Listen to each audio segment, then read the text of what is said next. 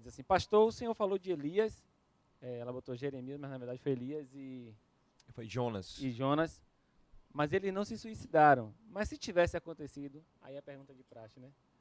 Eles seriam salvos, eles estavam salvos. Se vira aí, pastor. Não pode faltar essa, né? Eu cresci ouvindo o seguinte versículo: os suicidas não herdarão o reino de Deus. Também cresci ouvindo isso. Até descobri que esse versículo não existe.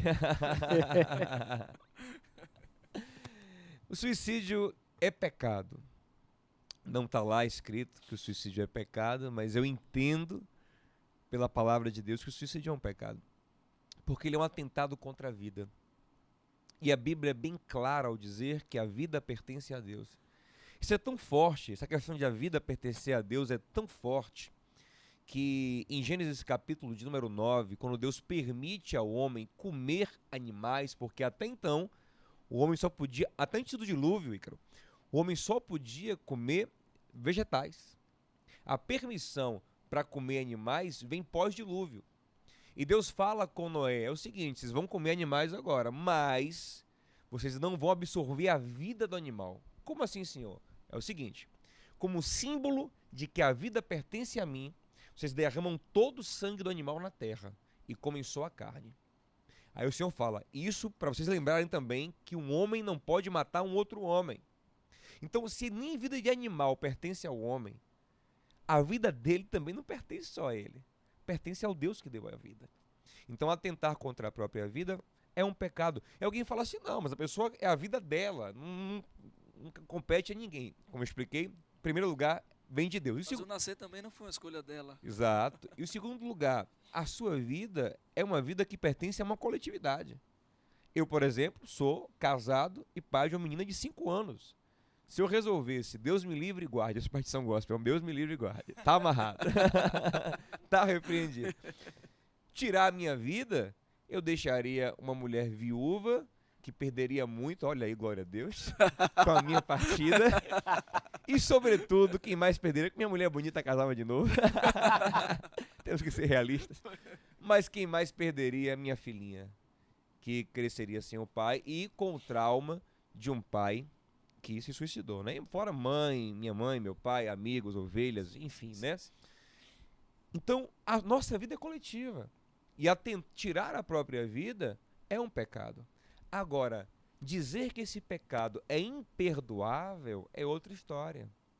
Na Bíblia, só um pecado é dito como imperdoável, que é a polêmica, a blasfêmia contra o Espírito Santo, que eu não vou explicar agora, para eu voltar aqui em outro programa. Com certeza, vai voltar sim. É o único pecado tido na Bíblia como imperdoável. Mas espera aí, pastor, então como é que o suicida vai ser perdoado se ele não teve tempo de se arrepender? Querido, é o seguinte, vamos imaginar o seguinte. O homem vem vivendo a vida toda dele em justiça, ou boa parte da vida, em justiça e piedade. Justiça de Cristo que nos justifica. Vivendo no Senhor, em comunhão com o Senhor.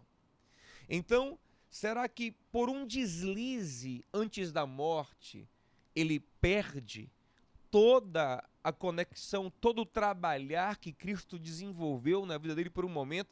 Vamos tirar o suicídio e pensar outra coisa aqui, vamos pensar na mentira. Pensar na mentira. Digamos, o cara contou uma mentira, um pecado, e ele bateu o carro e morreu.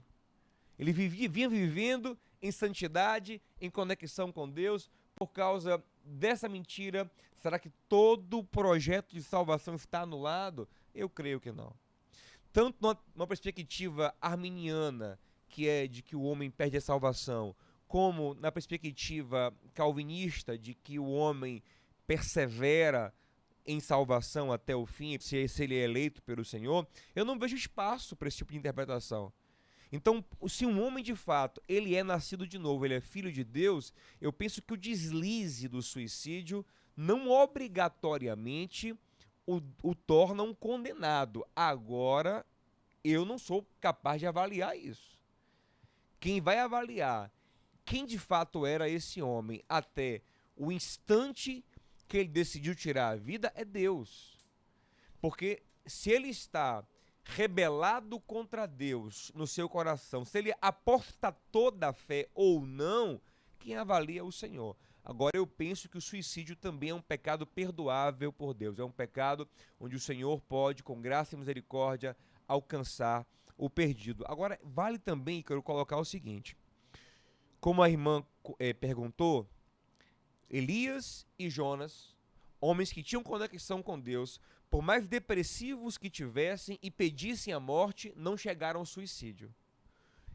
Já Judas, que chega ao suicídio, Aitofel, que chega ao suicídio, são homens desconectados com Deus. São homens que se afastaram da vontade do Senhor. Então, agora colocando também um outro lado, é mais comum que alguém que não está conectado com Deus vá ao suicídio. Porque a presença de Deus no nosso coração, ela nos renova. Ela nos dá... A luz fica brilhando do fim do túnel no nosso coração, porque nós temos uma conexão com o Senhor. Não penso que o suicídio é pecado imperdoável, mas penso que, na maioria dos casos, quem chega lá atrás, já perdeu sua conexão com Deus ou nunca teve uma conexão com Deus. Perfeito. Vamos lá? Vamos lá, mais? vamos pra frente. Eu ia fazer a pergunta do Maurício, mas a explicação do pastor acho que já esclareceu muita coisa, né? Se esse pecado poderia tirar do homem o direito adquirido por Cristo. Na verdade, ele não falou desse pecado, mas o pecado em geral, mas eu acho que tocou em muitas coisas aí.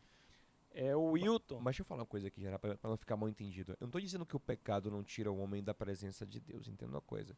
A Bíblia diz que quem é nascido de Deus, ele não vive na prática do pecado.